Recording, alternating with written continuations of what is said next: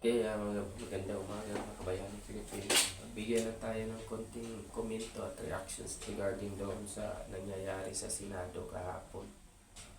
After nung do hearing committee, nagkaroon po ng transitions. No? So pinalitan si Senate President Escudero ni Tito Soto. So we don't know kung ano yung hidden agenda nitong mga ulupong na to. So since nalink kasi yung pangalan ni Chis Escudero doon sa House hearing, so nagkaroon po sila ng problema. No? Kaya nag-decide ang mga ibang senador na palitan na ang leadership, yung liderato ni Chis Escudero kasi for the sake of to save the dignity of yung dignidad ng Senado na hindi mabalahura. So ngayon, ang tanong nito, sino na ngayon ang magiging chairman of the Block Committee hearing? So kailangan kasi dyan abogado.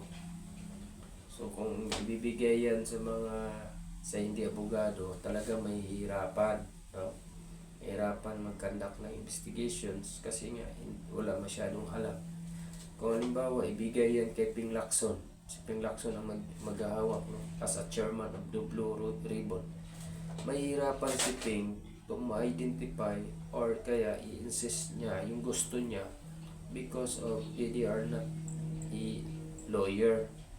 Hindi kagaya ni Atty. Marcolita, napakatalino eh. Talagang hindi halos makasagot yung USIC ng DPWH and then the other, no? Pag ini-interpolate na sila ni Senator Marcolita, talagang wala sila masyadong boses, hindi sila masyadong makasagot. Gawa na ng maano si Senator Marcolita eh. Talagang napakatalino magtanong.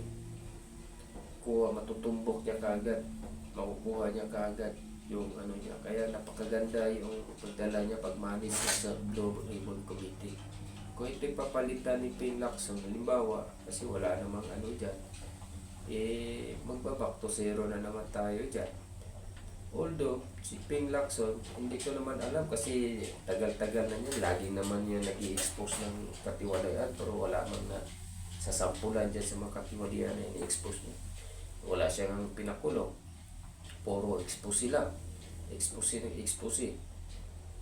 O, di ba? Kaya nga panahon ni Jimmy, siya ang hinabol. Expose lang ng expose. Wala namang pinapakulong. Dapat kung mag-i-expose ka, see to it, mag-file ka ng cases against those persons, mga persons na pinapangalanan mo. Hindi yung natatakot. Although you are a PME year graduates, you are a PME year, you are a chief of the PNP. But you should file a case against those persons who are involved of any corruptions, of any illegal activities. Yung hindi yung expose ka lang ng expose and then after all, hindi ka naman nagpapile ng reklamo. Nagpapile ng case against them.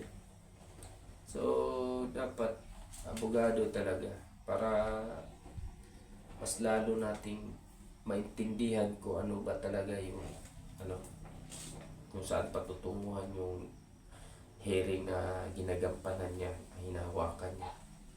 So hanggang dito na lang po, no? Mga kabayani Pilipino, patuloy po tayo gabayan na po may kapal. Maraming salamat po at God bless to all.